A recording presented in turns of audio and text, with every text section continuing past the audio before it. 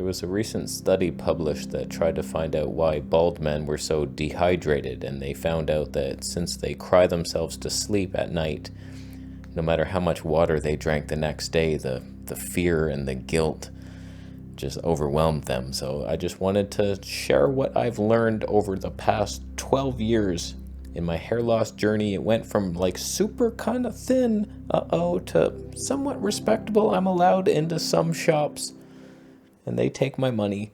That's good. Let's talk. This is what they had envisioned, a world in a lockdown, hardly any people risen. So it's been a while since I've done a hair loss video, and I've just had so many new revelations that I figure we have to update the protocol, because it's no longer just juice watermelon and your hair grows back. There's actually a lot of downsides to that. So let me just fill you in quickly. I was balding in my early 20s, and it was getting worse and worse until I went on a fruit-based diet, and I noticed that the hair loss stopped. I have no pictures of when I was balding because I had no cameras. This is way back in the day. I didn't even have a digital camera yet. Thankfully, I lost my hair again, and there's plenty of video evidence of that. So like, I know what thins the hair now, and I don't necessarily know the mechanism behind it, but I know what to do to grow your hair thick. So initially, I thought that fruit was helping grow the hair because it could increase circulation. All the fruits, they're like high in L-citrulline, and they just boost your blood flow. Like, it made sense on paper, but when I did a 90-day juice fast, my hair was so thick going into it, and by the 90th day, it just got so thin. I was like, what the hell happened there? Nothing but fruits. So it's the calorie restriction will F you in the long term unless you're breatharian. So you have to make a switch over, but you're probably not there yet. So calorie restriction and protein restriction in particular can just, your body eats the hair for fuel or something. It just disappears. So I learned that the hard way, and thankfully it has bounced back again. So don't despair. If you're having thinning hair, it can regrow. It's not just genetics. It's not all about hormones. You might have a genetic propensity to go bald, but you can reverse it. Like my grandfather had ulcerative colitis. I got it because I ate like crap. When I ate better, it went away. I have the best digestion on earth now. I never feel anything in here. So it's like you can epigenetic your way through life and change your path of your ancestors, the loser ancestors that ate wheat and corn. So here's the correlation I've made. When I'm on a carnivore diet, eating way too much protein for my own good, the hair gets thick as hell. And I've noticed it in Thailand when I went Thai carny. My hair was so thick, I was like, my God, the carnivore diet makes your hair thick, not the fruit-based diet. And I just don't understand the mechanism behind it, because my theory was you need circulation to the brain. So doing whatever you can to get circulation to your head, like doing handstands every day, just bending over. I brush my head every day. We'll get into the exact protocol I use, but obviously meat I thought would sludge up your blood, saturated fat. Oh my God, my arteries are clogged, but it totally drives nutrients to your brain. So like meat-based, thickest hair on earth. Are there bald meat eaters that are never getting their hair back? Most likely, yeah. I don't know the mechanism. I'm sorry, you're on your own, buddy. There's a bald man eating every single diet on earth right now. Currently, there's a bald fruitarian, there's a bald carnivore, there's a bald balanced diet eater, there's a bald juice faster. Like, I don't know all the answers. I'm just going to tell you what I've done for the past like 6 months and notice, okay, it's coming back again. We're thick. It might get thick, too thick, to where I need special scissors to even cut through the stuff. So number one thing I'm doing, carnivore diet. Tons of protein, tons of fat, no sugar. That's what heals the hair for some reason. It's just, I don't know, hair is made of protein, and then when you get like a massive surplus of protein, not only are you building hormones, you're building muscle. Once you have more than you even need, it's like, okay, let's make some hair. I don't know. It's like people are hungry for work and they're like, okay, I'll fix this. I need a job. That's what protein is doing in your body. It's building hair for money.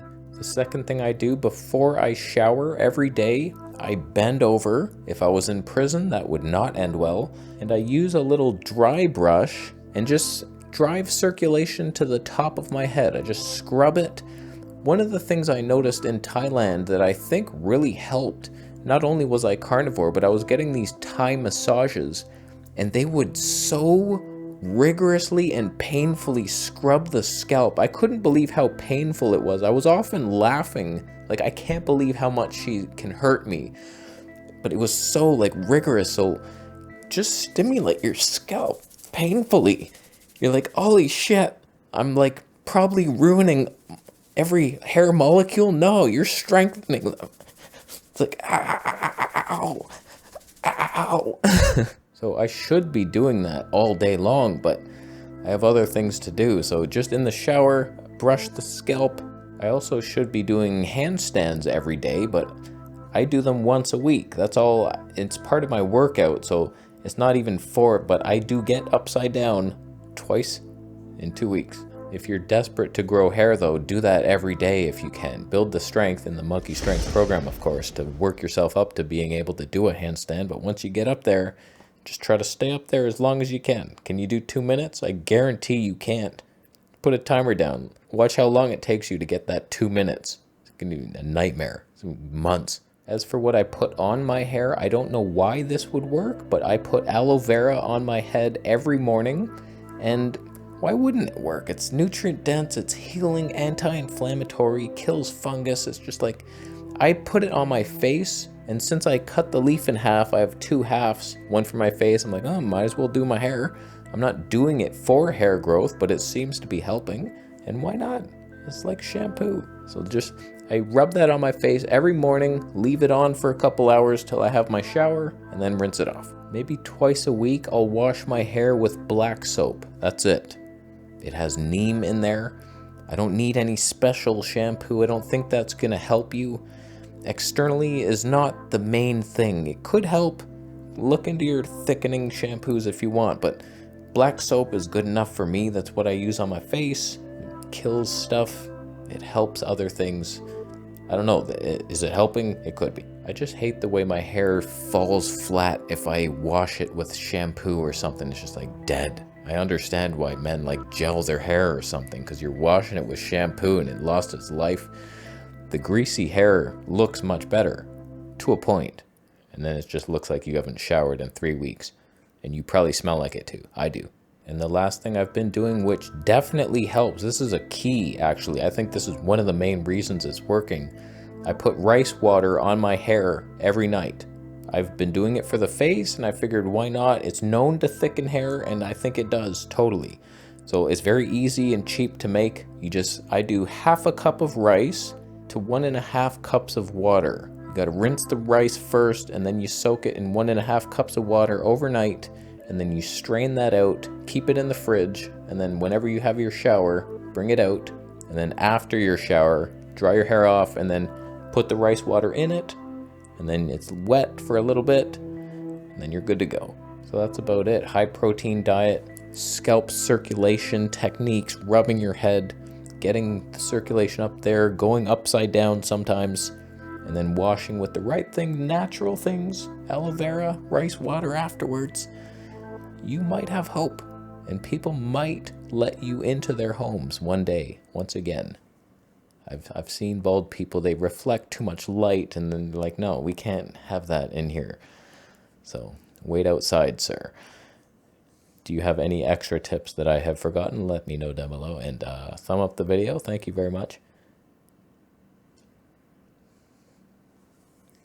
Thumbs down if you're bald and your fix is to wear a beaver on your head.